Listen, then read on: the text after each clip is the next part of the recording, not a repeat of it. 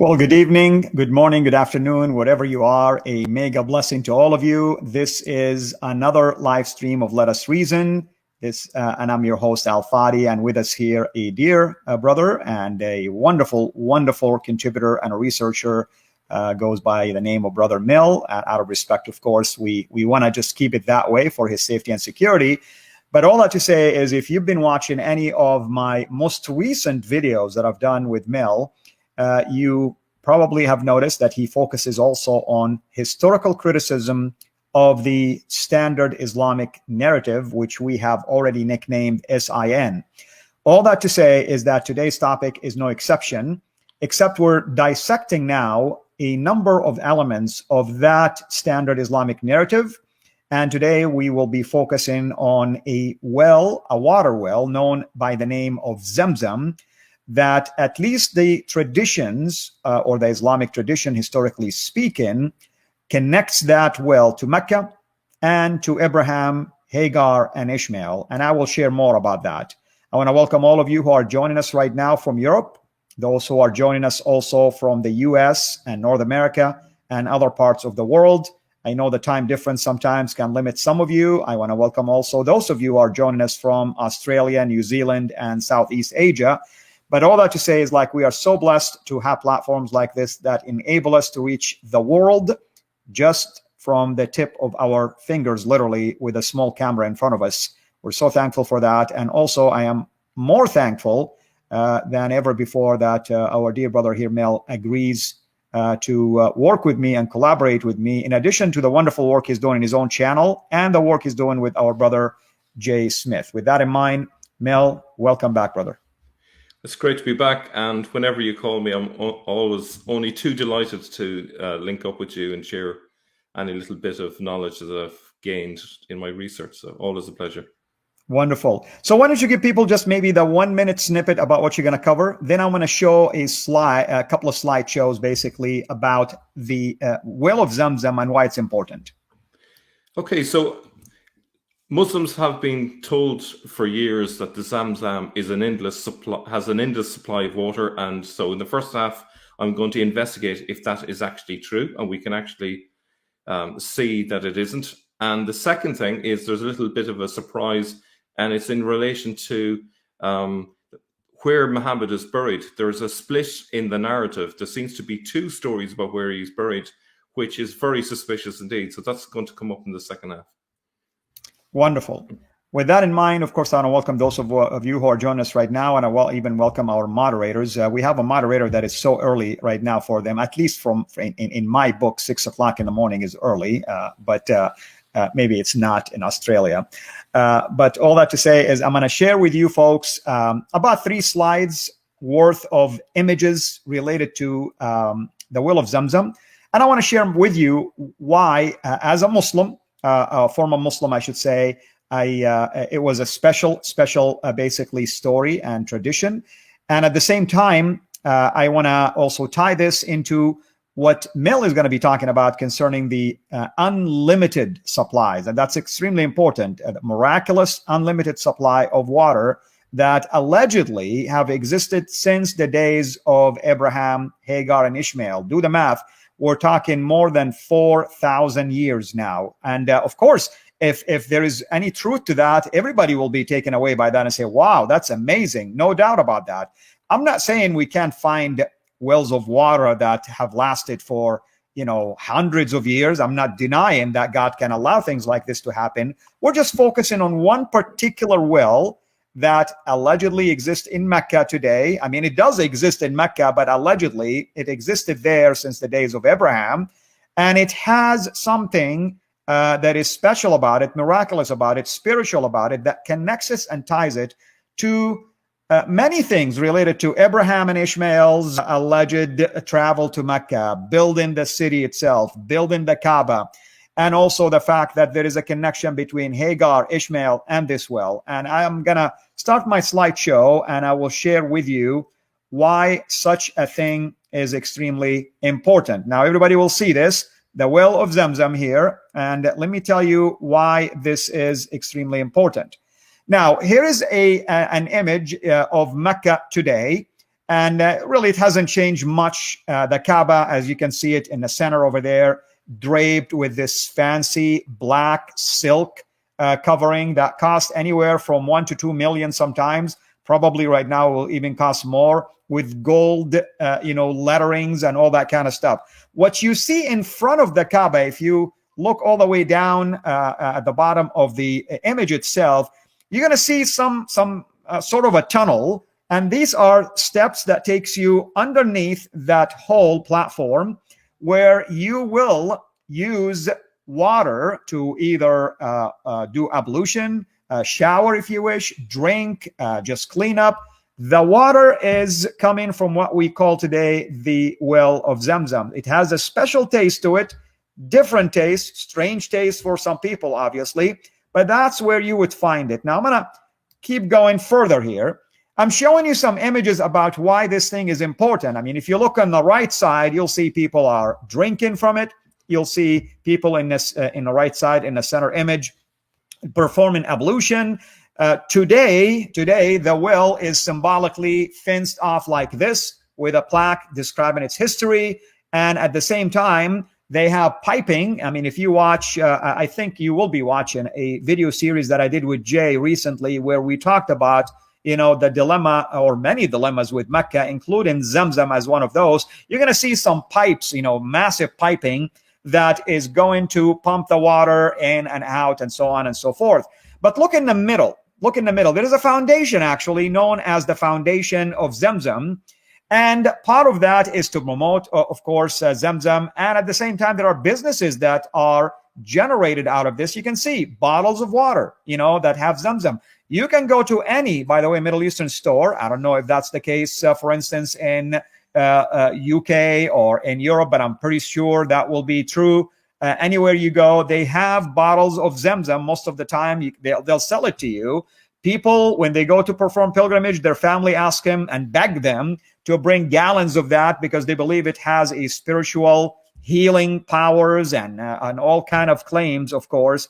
And I remember I had a surgery one time, and I would wash that surgery with the water of Zamzam, hoping that it will expedite the healing. That's, again, I believed it with all of my heart. You go to the far left of the slide. At the top, you see a depiction, or you can say basically a longitudinal, basically cut section that will show you where the well exists in relationship to the Kaaba. It's almost like, I wouldn't exaggerate if I say it's about maybe 20 yards, give or take, away from the entrance of the Kaaba itself. That's traditionally where the well is. You can see in the lower photo that it's been sealed off, and that's when they built the tunnel, technically speaking. But people can still see the original location of that. So these are the things that I wanted to share. And I'm going to close it with this cartoon video. And I'm not going to play the video here, but the cartoon video is about the story of Hagar. You see, Islam teaches, at least traditionally speaking, that Hagar migrated with her son Ishmael and, of course, his father Abraham, made it all the way to Mecca, and they ran out of water. Abraham's allegedly left her, and she was alone with the kids. She ran out of water. She began to really panic, and she started to run between two mountains, the Safa and Marwa, and until finally, after 7 times, she noticed that there is a well that an angel dug for her, and that's the well of Zamzam. I don't want to take up much of the time of Mel here, but I wanted to give everyone kind of like a glimpse of what we mean by Zamzam and why is it such a big deal.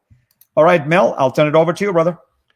Yeah, I was actually really curious by that picture you showed of various people lined up drinking from the taps underground.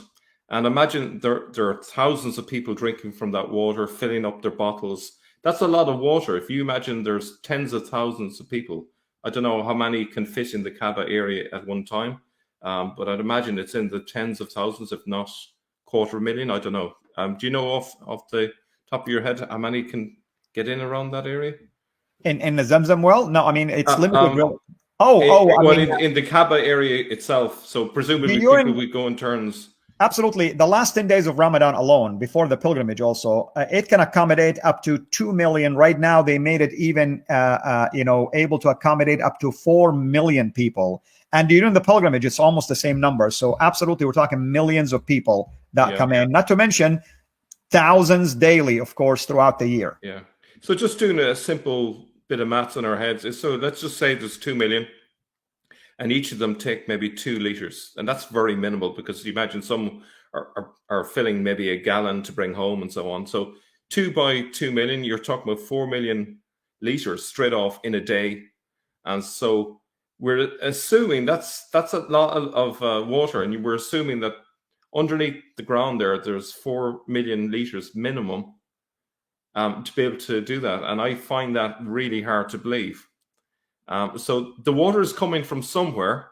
I'm going to be sharing where the water is actually coming from. And it reminded me a little bit of about 20 or 30 years ago in Northern Ireland. There was a border in Northern Ireland, and there were farmers who had cattle on both sides of the border. And what they used to do to get around export and importation sort of issues, they would bring the cattle in one end of their shed, say on one side of the border, and then take the cattle out on the other side of the shed, on the other side of the border. And of course, the authorities couldn't tell, when they're being imported or exported, because they're hidden in that shed. So I see a very similar situation. They have the well pretty much hidden now. They've kind of sealed off. We can see pipes there. Water's been drawn from it, but we're not 100% sure if there are pipes actually feeding the well as well. And I think that's all very suspicious. I think if they had it fully exposed, people would start to put 2 and 2 together. But it's actually convenient for them that it's all kind of covered up, So having said that, I'm going to share some slides now. Let me just see how this goes.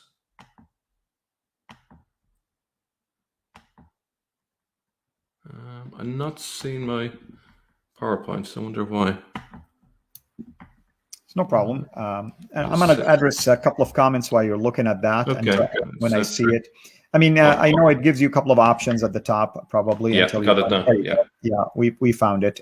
One person was saying that he remembers a friend saying that they would use Zamzam water to splash it on a person that they perceive to be demonically possessed. That's true. It has, like I said, people believe that it has many spiritual powers. At least that's the belief. Does it work? I very much doubt it. But with that in mind, you want me now to bring your slides? Yep. So can you see it now? Yes, there it is. Yep. Okay, so those are some examples of bottles of water that you could get from the Zamzam. Supposedly comes from the well. Yeah. Okay, so the Zamzam dilemma is that some Muslims claim that the Zamzam well offers an endless supply of water. This has been used to support the claim that Mecca was a great trading center, even centuries before Islam began. But is this true? So an awful lot hinges on this claim that there's an endless supply of water, because essentially up to the 8th century, the Zamzam was it. There were a few small wells, but if that didn't have an endless supply of water, or very nearly, the claim that it was a stopping point along a trade route is really hard to sustain as a claim. Now, so the current context, just so we're kind of touching base with reality here, is that Saudi Arabia faces a major water challenge. We're not just talking about Mecca, but across the country. It uses more water than its natural aquifers can supply. So Saudi Arabia is the largest producer of desalinated water in the world. In 2011, the volume of water supplied by the country's 27 desalination plants at 17 locations was 3.3 million cubic meters of water a day, or 1.2 billion cubic meters of water a year. So a lot of water being produced through the desalination plants. Now, key question is, how much water does Mecca need to keep its city going? So Mecca and Medina have a similar size population of 1.3 million. So by looking into what it was for Medina, I was able to work out what it would be for Mecca. We know that a reverse osmosis plant in Yanbu, located on the shore of the Red Sea, supplies the city of Medina with 128,000 cubic meters of water a day. So we would expect that Mecca would need a similar amount. And I think that's a fairly intuitive conclusion. But the question is, could the Zamzam supply that quantity of water? I would suggest not. That's a lot of water.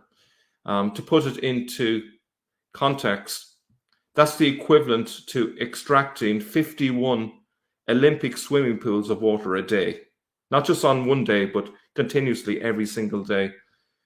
This is well beyond the capacity of the Zamzam. Not only can the Zamzam not supply enough water, it also couldn't way back in the 8th century for a much, much smaller population of passing pilgrims. So we have Mecca there, there's 1.3 million people. It isn't depending on the Zamzam for water for all those people, clearly. And I would say not only that, but also for the pilgrims. There's no way the Zamzam could supply that quantity of water for the pilgrims. So it must be getting the water from somewhere else. Now, so just imagine you are pumping water from the Zamzam. We know that they have a pump from the Zamzam, and we know how much water it can pump in a second. It's actually anywhere from 11 to 19 liters of water per second. So doing a little bit of maths, what would that produce? That would give us just 1,641 cubic meters of water in a day, right? Just 1,641. So just if we go back to the previous slide, how much do we need? We need 128,000, right? The Zamzam, at the very best, presuming there's water down there, the pump, the little measly pump there, can only pump out that amount of water in a day. So there's no way the Zamzam can be supplying the water for Mecca. Okay, so, and that's again assuming that there's a huge aquifer underneath that, and that the pump will never run out of water to pump up, but even at the best, that's all it can pump out. So that's the issue facing Mecca. It can only pump 1,641 cubic meters of water in a day, and yes, Mecca needs 128,000 a day. Okay, so here is where 99.9% of Mecca's water comes from. Surprise, surprise, a desalination plant in Jeddah. And this, I think, is probably not a surprise to most Muslims. If they're, halfway informed, it kind of makes sense. I live there, and I've seen it. In fact, the entire district is named after this, known as a tahliya, which is desalinization in Arabic, basically. And I used to even go near it because I'm a scuba diver.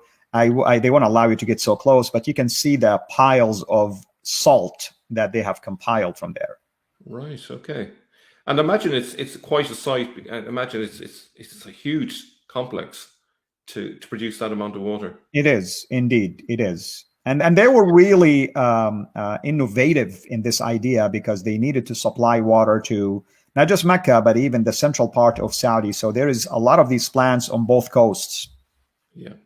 And obviously it requires a huge amount of energy, and is really just the discovery of oil. I would imagine it's about 100 years ago that oil was first discovered in Arabia and started being pumped.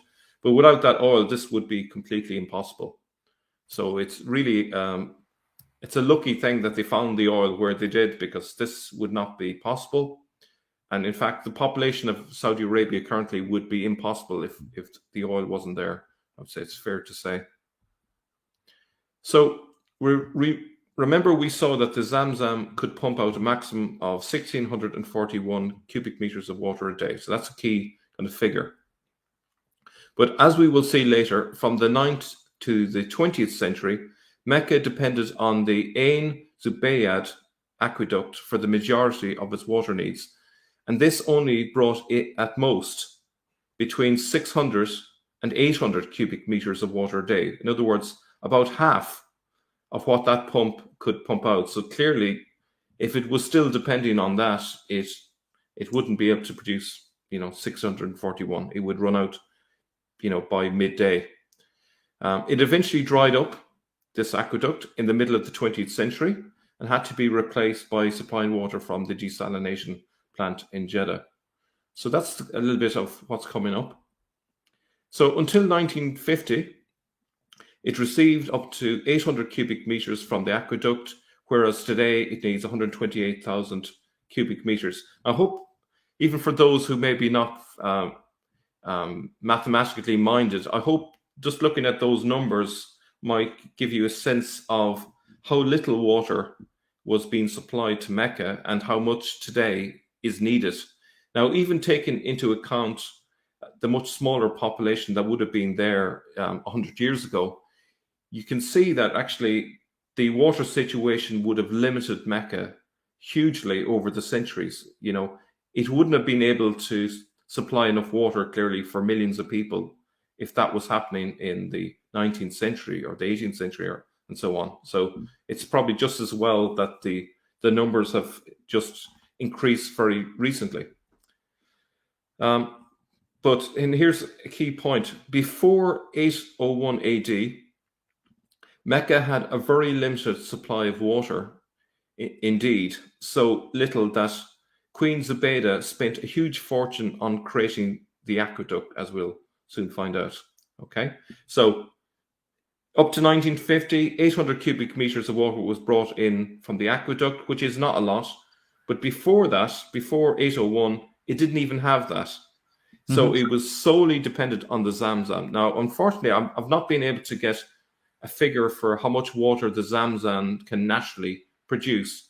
But as we'll see from the fact that they spent such a fortune on this aqueduct, it cannot have been much more than 800 cubic meters. I would probably guess that it was a lot less than these figures of, Fortunately.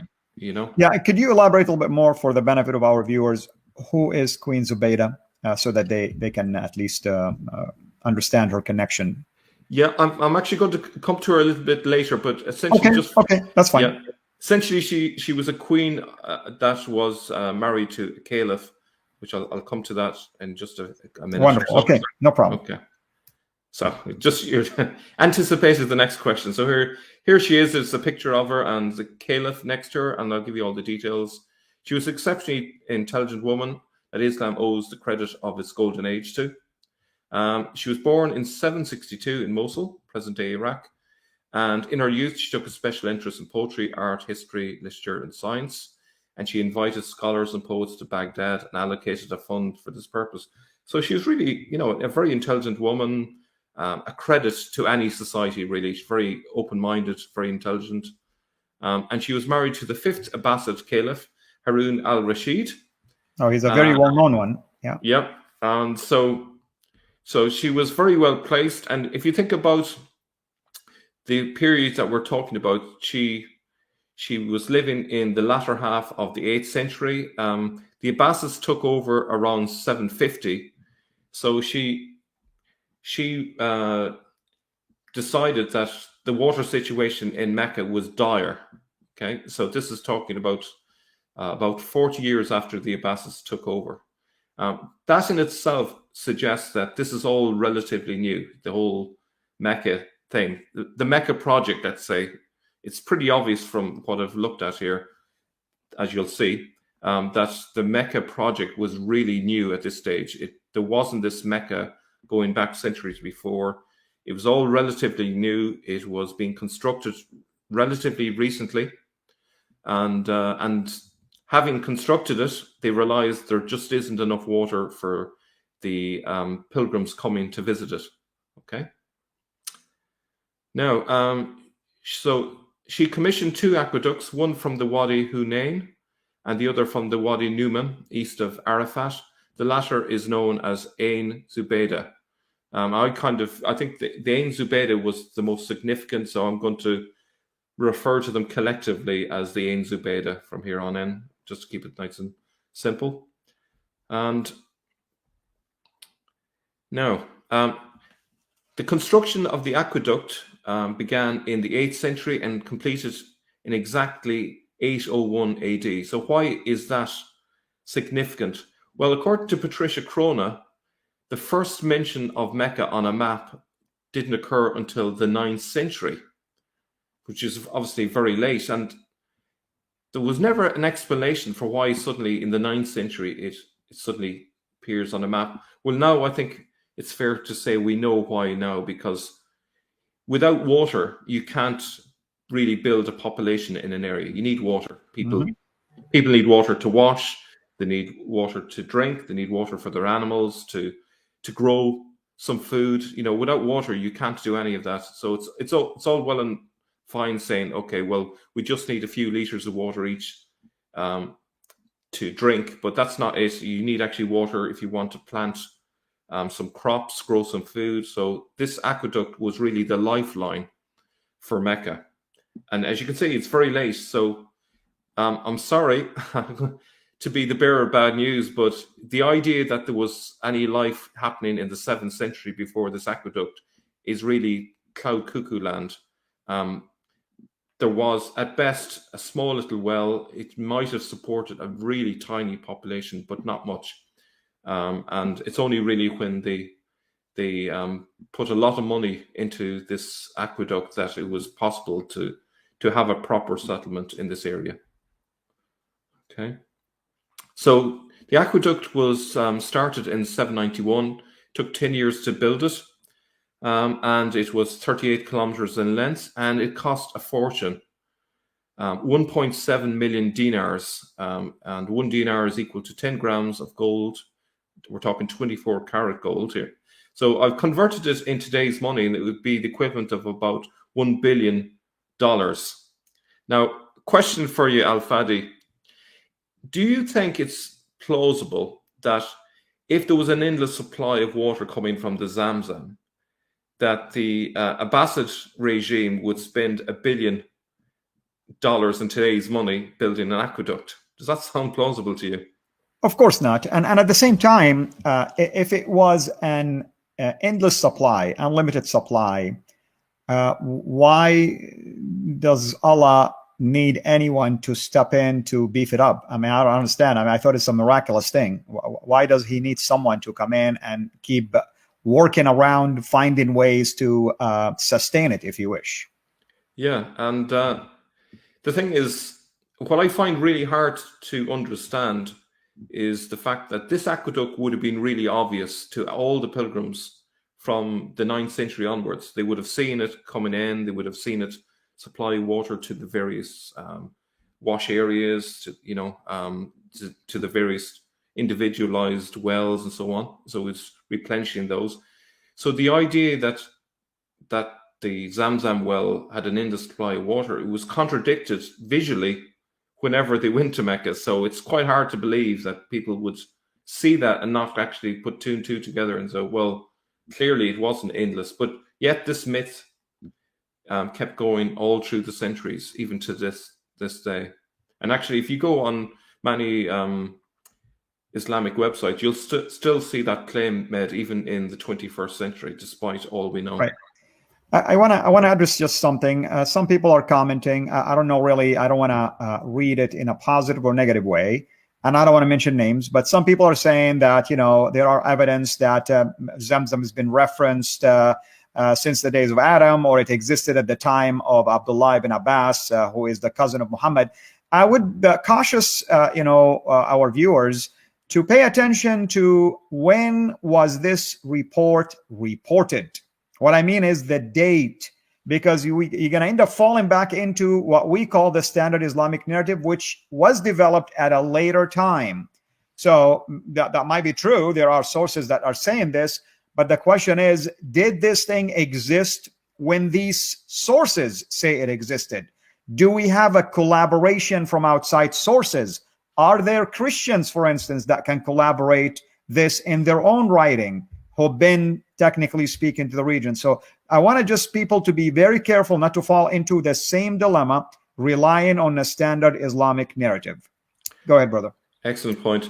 And actually, if you think about when Ibn Hisham wrote his CIRA, we're talking about 20 years after this aqueduct was built.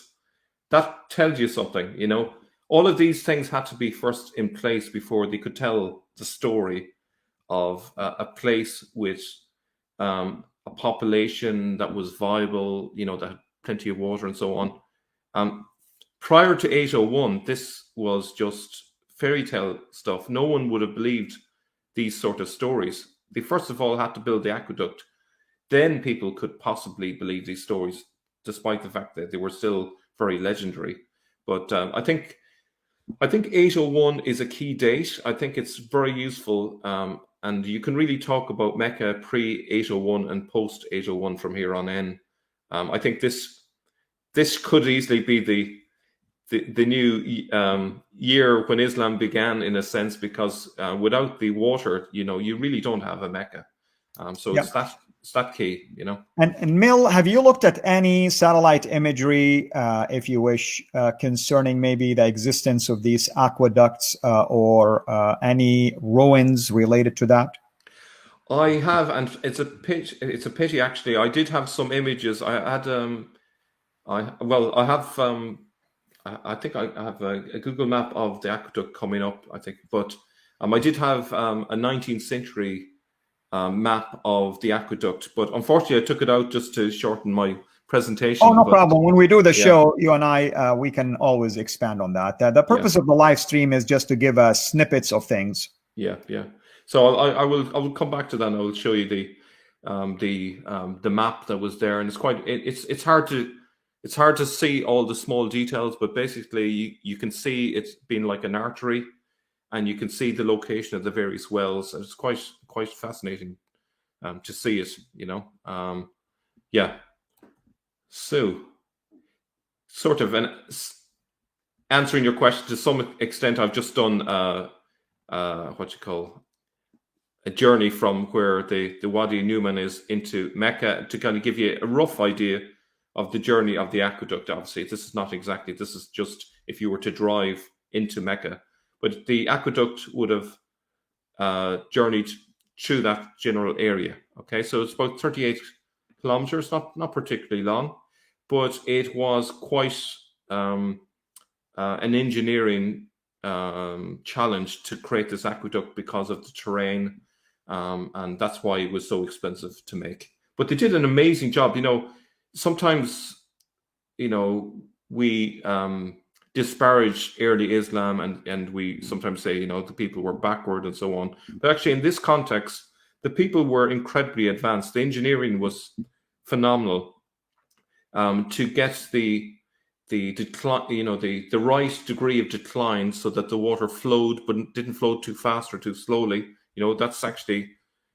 very difficult to do even at the best of times. So I think, you know, credit to them. And this was the period that has been called the Golden Age. Obviously, the Golden Age didn't last too long, and eventually they got legalistic, and all of this scientific openness was lost. But at least at that time, there was a certain amount of scientific openness, and they were able to achieve amazing things. But so I think it's quite a wonder, really, of the time. So Queen Zubaydah traveled to Mecca to perform Hajj. It became apparent to her that Mecca was facing a water shortage, and when she returned to Baghdad, she called on expert architects and engineers of the time to address this problem. After surveying the area, the initial report concluded that construction of a qanat, which is an aqueduct, could prove quite difficult. History relates the Queen's reply as, "Construct a qanat at any cost, even if I have to give a dinar in exchange for every single stroke of spade." Now, I've no idea if this quotation is reliable or not, but I think it conveys pretty well the kind of sense of they desperately needed this aqueduct. Otherwise, there was no Mecca. It was that important to them. And in 1950, the groundwater got too low. And Mel, I want to add something. You see, brother, the picture is starting to fall in place, right? You know, all the pieces are starting to fall in place. Now, here's what I'm saying. In the Umayyads' time, You have a couple of caliphs in there, and who built, like for instance, they built massive buildings like the Dome of the Rock, for instance, another architecture. Why in the world, if Mecca was that important, they wouldn't have done things like this? It wasn't until the Abbasides, which also agrees with what we are discovering so far, that things began to shift as we get closer to the Abbasides' time. Absolutely, yeah, that's a great point. Like Abdul al-Malik spent an absolute fortune on the Dome of the Rock. If he Ibn al-Malik, al-Ma'mun, you have all of these guys, yeah. And so, like, if they knew at that time, and presuming Mecca existed, which is doubtful at that time, but let's just, for the sake of argument, assume there was a Mecca in the Hijaz at that time, it would be inconceivable that he would spend the equivalent of millions in today's money, millions and millions, on the Dome of the Rock, and then leave Mecca with an inadequate water supply for another 100 years for someone else to deal with. Like, that's just doesn't make sense. I think the easiest explanation is Mecca just simply wasn't in the picture until much later. Or wasn't that important for them. Or not important, yeah. That's the other possibility too. I think really Jerusalem was important to the Umayyads, and the Abbasids wanted to focus on somewhere else. They couldn't have the same place, so Mecca became the new place that they wanted to focus on. So what happened with the aqueduct was that it remained in use until 1950. Modern pumping and increased consumption eventually depleted the well at the source. As the level of the groundwater fell too low to sustain the flow of water through the aqueduct, Ain Zubaydah is now dry, and that's basically was the end of that.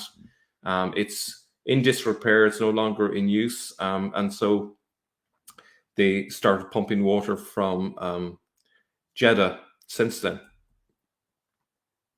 So in more recent times, the Saudis overhauled the system, hooking up Mecca's water system with water from the desalination plants in Jeddah. So despite what we now know about the obviously inadequate supply of water from the Zamzam, even still, legends emerged about it, greatly exaggerating its water capacity. Now, I have a little bit more. I don't know if you want to say any more on that before we move on. No, I think I've said enough so far, so keep going. Okay, so the next thing is if we look at the reports from Mecca down through the centuries, and the problem with many of the sources that we have is that they often get edited over time. So we never know if we're dealing with a legitimate report from, say, the 9th century or the 10th century, because if there's something in it that's embarrassing, they tend to go back, edit it, what we've seen so many times. But what's interesting is if we can find reports, say, from China or somewhere like that, and they write it down, then we have a record that has been tampered with, and it gives us a snapshot of what's going on. So as it happens, I have a couple of reports from China that I'd like to share with you. So there is a Chinese report about the Zamzam well. The first story about Mecca recorded in Chinese literature is in a book called Shi Lin Guan Ji, Extended Reports from the Real World. It is an anecdote about Mecca told by a Dashi merchant. Now, a Dashi refers to the Tayyaye, or they are the Muslims that lived in Iraq and traveled to China regularly, and it's told in by a Muslim merchant in a seaport in Fujian province, probably the seaport of Zaytun, or I'm going to say Quanzhou, I think is how it's pronounced. Here is it in Chinese. So if your Chinese is any good, you can have a look for yourself. It looks Chinese to me. So here it is in English. And this account tells pretty much the standard story of Hagar and Ishmael in the desert. So a lot of this is kind of, no surprises really. So it says there was anciently a desert with no people or settlements. The ancestor of Dashi, called Pulu Hong, which is considered Abraham, was endowed from childhood with a remarkable personality. When he grew up, he married a wife, who gave birth in the desert to a son. There was no water for washing the baby, so she put the baby on the ground and went to look for water without finding any. So this is all pretty familiar. When she returned, she saw her son kicking the ground with his heel, and a spring came forth with the purest of water. The son was given the name Si-Ma Yan, or Ishmael. Obviously, this is the Chinese rendering of the name. A large well was built there which never ran dry, even in a drought. If you go to sea and meet stormy waves, you can use this water to sprinkle over the sea to calm it. So there's, you can see the superstition that's there. So you can see that this report, and it's from 1225, the people believe that the well never ran dry, okay, even in a drought, and it's got magical powers. You can drop it overboard into the sea and it will miraculously calm it. Have you ever heard the Zamzam water being used for those purposes? Well, like I said, I mean, it's been used for like either illnesses, people who have been burned, for instance. They think like it will cool it down and get some miraculous healings. You noticed that I agreed with one of our viewers that if people are demonically possessed, you spray them with the water of Zamzam. I mean, there's so many uses, and I'm sure people today will even make other claims. I remember they would put also pieces of the Quran paper in there, and you would drink it, and somehow it will do magics for you. Yeah. So as you can see, these legends go way back. So this is from 1225, and no one seemed to be aware that the fact that it never ran dry wasn't miraculous, but it was the fact that there was an aqueduct in existence that was feeding it with water. And over the centuries, there were various natural disasters, earthquakes, and the aqueduct got damaged. And in those periods, the people in Mecca were in dire straits because they didn't have enough water. So that kind of disproves the idea that it never ran dry, really. So that's story number one. Story number two, it's a similar story about the Zamzam water. It was recorded 200 years later in the Ming dynasty. This time it was told by a Muslim actually traveling to Mecca. Okay, so it's from the year 1433.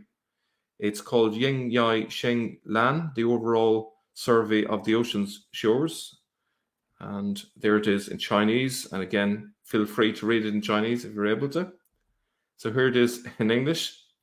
Behind the grave of Mahatma or Muhammad is a well, a spring of pure and sweet water named Abi Sansan. Men go to foreign parts, take this water and store it at the sides of their ships. If they meet a typhoon at sea, they take this water and scatter it. And the wind and waves are lulled. As you can see, that idea of using the water to calm the sea is still there. Scholars suggest that Abi Sansan could etymologically come from the Persian language meaning water, the Zamzam. Now, thankfully, I had an Iranian viewer who confirmed that that was the case. So that makes sense because of the closer proximity between China and Persia, of course. Yeah.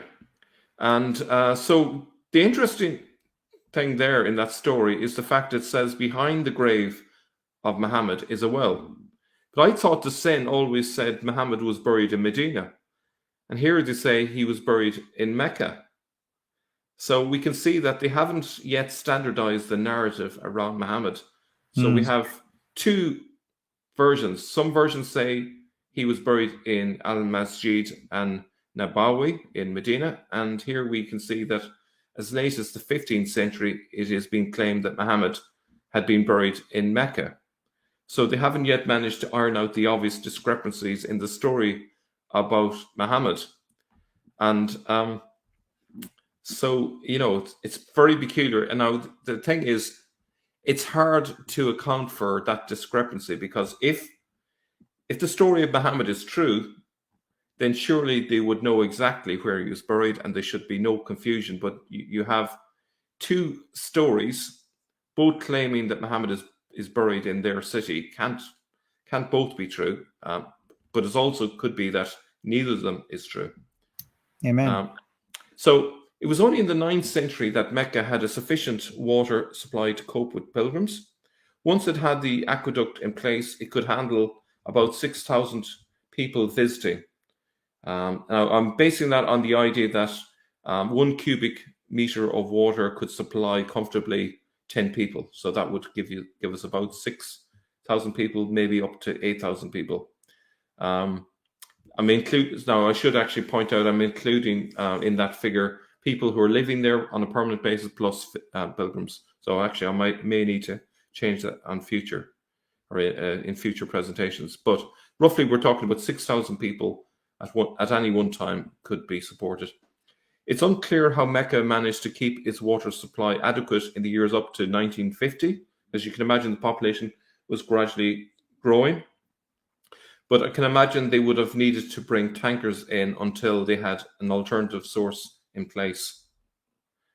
The inadequate quantity of water in Mecca in the 8th century and the fact that it was as late as 791 AD before work began on an aqueduct would suggest that Mecca was not a place of any significance prior to that date.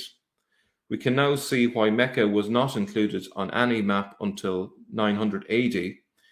It hadn't the water to be a settlement until the aqueducts were built. And that's where I stop. So I'll come back to you. Yes, wonderful. I was trying to check to see, someone was asking about the Zamzam in the Quran. I know it's not actually, to my knowledge, but I just didn't want to do an affirmative. The Quran does reference Safa, Marwa, does reference some benefits in there, and it could be in reference to the well itself. But again, folks, we need to be very careful not to always assume that whatever we read in the Quran or the Hadith is historical, meaning historically sound, because it seemed like this have been a process of embellishment, progressive process of additions and edits, and so on and so forth. And it could be reporting on something that is totally different than Mecca as we know it. The other day, I made a post on Facebook, and I said, if Mecca really is the intended location in one of the chapters of the Quran, when Allah swore by the fig tree and by the olive tree, then we have a problem, because there was no fig or olive. And to my knowledge, even if they have it today, they probably planted it now, but it didn't exist in there. So that leads you to believe that it's in reference to something close to a fig or olive. And of course, going north makes more sense, so it's quite possible that would be the case. There's two things I'd like to bring in, and it's kind of a reminder, really. The fact that there is no historical record of Safa and Marwa prior to, I would say, prior to the establishment of Islam. These are not places that you will find in history books, say, centuries before. There's no confirmation of these places in Mecca. But where you do find a Safa and a Marwa mentioned in history going thousands of years back is in Jerusalem. So Mount Moriah, where the Temple Mount is called in Arabic Marwa. So there's Marwa. And Mount Scopus is Safa. Okay, so Safa is a Hebrew word, and it means to watch. So there are the places. So I think that throws out Safa and Marwa in the Quran. It's not. You don't have to assume it's in the Hijaz, because we have two legitimate locations other than the Hijaz confirmed in historical records going back thousands of years before. So Josephus, writing around the time, the 1st century AD, mentions Safa. So it's really clear that it's Jerusalem. And the other thing is the Valley of Baca as well. So that, people say, well, Baca, Makkah, it's mentioned. And it's mentioned in the Psalms, and there's your proof. But if you actually look into where the Valley of Baca is, it's near to Damascus. It's between the Lebanon mountains and the anti-Lebanon mountains. There's a valley there. It's not that far from Damascus, so it's way up there in the north. And when it was being referred to in the Psalms, it was meant as a symbol for the Jewish pilgrimage to Jerusalem. So it has a totally different biblical meaning. So we've talked about the Valley of Baca, the Valley of Tears. It's referencing the tears of the pilgrims making their way on pilgrimage to the Hag in Hebrew. The word is Hag, Hagg. Now in Arabic, it's Hajj, but actually, if you go to places like Yemen and go to Egypt, they still pronounce that as Hag. Exactly. And you can see that that's where the word comes from. Odin Lafontaine actually talks about the fact that in the Arabic etymology, if you go back far enough, it makes no sense to use that word for pilgrimage. It's been inherited, he would say. Wonderful. One last question, brother, before we wrap it up here. And I want to apologize to everybody because I have to run into another meeting immediately after this. And I hope you're enjoying, of course, this research. You see why I love to bring Brother Mel. Tomorrow, I will be with Jay, by the way. It will be a late nighter. We will be talking about the Aramaic in the Quran. So we're hitting the standard Islamic narrative from a variety of angles. I'll bring Odom pretty soon here. He and I are working on stuff, but me and Mel will continue to do this kind of work. One quick question. I know Dan Gibson talks about Zamzam in Petra. Have you investigated that? Yeah, he has an excellent explanation for Petra, which is to do the I can't pronounce it, the Zuziman giants living in the mountains above Petra. Got it. It's a good idea. The alternative explanation that I've had suggested to me by a person who spoke Hebrew, I can't think of his name off the top of my head, but he mentioned that there's a word in Hebrew which means the sound of water gurgling, and it's zoom zoom. So a simpler explanation might be simply just it's a descriptive word in reference to a spring, and so therefore you could use that word almost anywhere where there's a spring. So I haven't been able to independently confirm that, but yeah. So one Hebrew speaker said that that's the alternative explanation. So take your pick. Wonderful. Okay. Now, I just brought it up because I want to show people that you're on top of these things. You're aware of these other theses, and that doesn't mean we're here trying to shoot down any other ideas. All it means is that there is more and more evidence to point to something that is not Mecca. I mean, that's the bottom line here, and that's what I want to emphasize. Yeah. So. Very good. What's coming up work-wise on your channel, and on also what other topics you think we should explore here, so we can give people some heads up? Okay, so at the minute, what I'm doing a series called Quran Traditions. So you can probably work out what that's about. So I have to say, 2 years ago, I did do a couple of posts on Facebook, called them Quran Traditions, but I'll have my attorney contact you. Okay, that. I wasn't aware of that. So. No, I'm just kidding. I'll write a check to you. Yeah, it's kind of yeah. I thought it was original there with that one, but obviously not. But yeah, so there is a video on that coming out later today, and I hope to do maybe one a week. But I think if I were to do one a week, I think I will never run out of material, because there are literally hundreds and hundreds. So that's what I'm looking at the minute. And in terms of research, I'm looking at the story of Andalusia. So I'm reading the book about that. So, it's a different period to what I normally look at, slightly a bit later. But that's a bit of an eye-opener. Dr.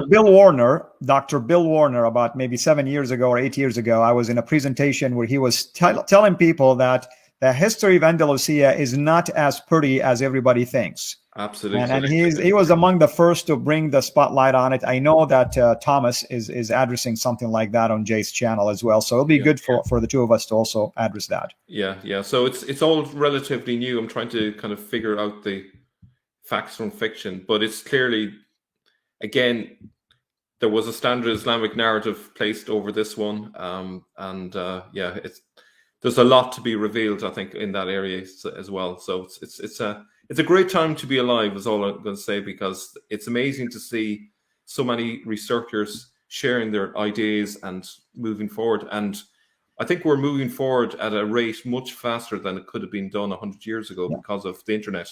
The internet has opened up everything. Absolutely. And I thank the Lord for people like yourself, like Dr. J, like Odin, like the others. And I thank the Lord also for platforms like this that he has blessed us with, because of the courageous work that you guys are doing. And I just play a small, tiny part in just at least being there to endorse what you guys are doing. I think others are becoming more and more encouraged now to at least come forward with their own findings. Even if they do it in a subtle way, we're thankful that at least more and more people are coming forward with that. But the beauty is this. The research has been done by others, like Patricia Crone, for instance, or Michael Cook, or others.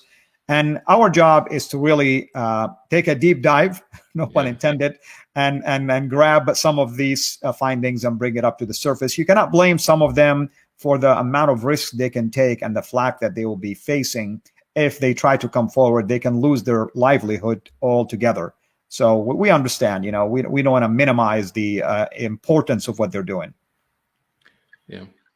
So thank you so much for bringing me on, and it was a pleasure to talk to you as always. As always, thank you so much. We've been blessed. Everybody go and check CIRA International, because we have a series that we've been doing about holes in the narrative of Islam. And brother, I think I told you this, but you have the right also and the freedom to take these videos as we publish them, to also publish them on your channel, so that we can broaden the platform as well. Absolutely. Wonderful. Well, thank you, everyone. Hope you've enjoyed it. Always reach out to me or to Mel. Consider supporting Mel. Consider supporting my channel. Consider subscribing to our channels. And until next time, everyone, have a blessed day. This is Al Fadi, over and out. God bless.